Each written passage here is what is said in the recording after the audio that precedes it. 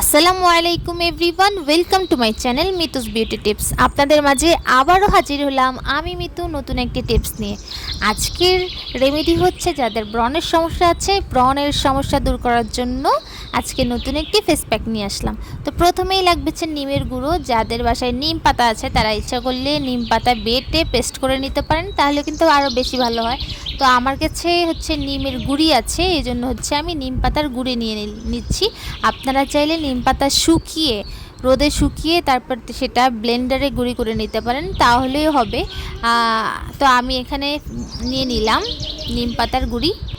এবার নিম পাতার সাথে আমি দিয়ে দিব সামান্য পরিমাণে হলুদ। আপনারা চাইলে হলুদ বাটাও দিতে পারেন, আবার হলুদের গুঁড়িও দিতে পারেন। আর হলুদ কিন্তু আমাদের স্কিনের জন্য অনেক বেশি ভালো কাজ করে। হলুদ হচ্ছে আমাদের ব্রণের সমস্যা দূর করবে, হলুদ আমাদের কালো দাগ দূর করতে সাহায্য করবে, এবং হচ্ছে আমাদের ত্বকের যে জীবাণু ব্যাকটেরিয়া থাকে সেগুলো দূর করতেও খুব ভালো কাজ করে। তো নিম আর হলুদের গুণাগুণ তো সবাই জানেন, এই দুটো কিন্তু উপকরণ অনেক ভালো কাজ করে। আমি এর সাথে অ্যাড করে দিব পানি। এবার সবগুলো উপকরণ সুন্দরভাবে মিক্স করে নিতে হবে, ভালোভাবে মিক্স করে নেবেন। আপনারা চাইলে এটাতে সামান্য পরিমাণ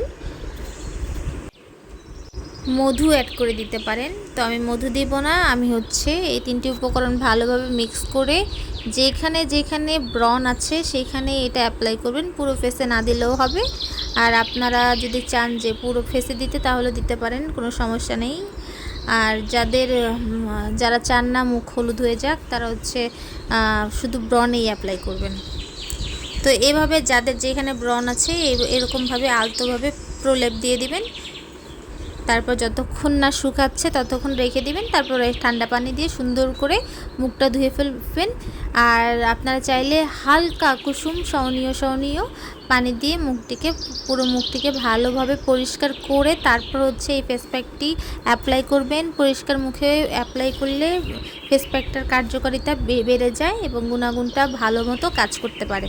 তো বন্ধুরা, ভিডিওটি কেমন লাগলো অবশ্যই কিন্তু কমেন্ট বক্সে জানাবেন। আর এরকম নতুন নতুন টিপস পেতে আমাদের সঙ্গেই থাকবেন। ধন্যবাদ। অবশ্যই আমার চ্যানেলটি সাবস্ক্রাইব করে দিবেন।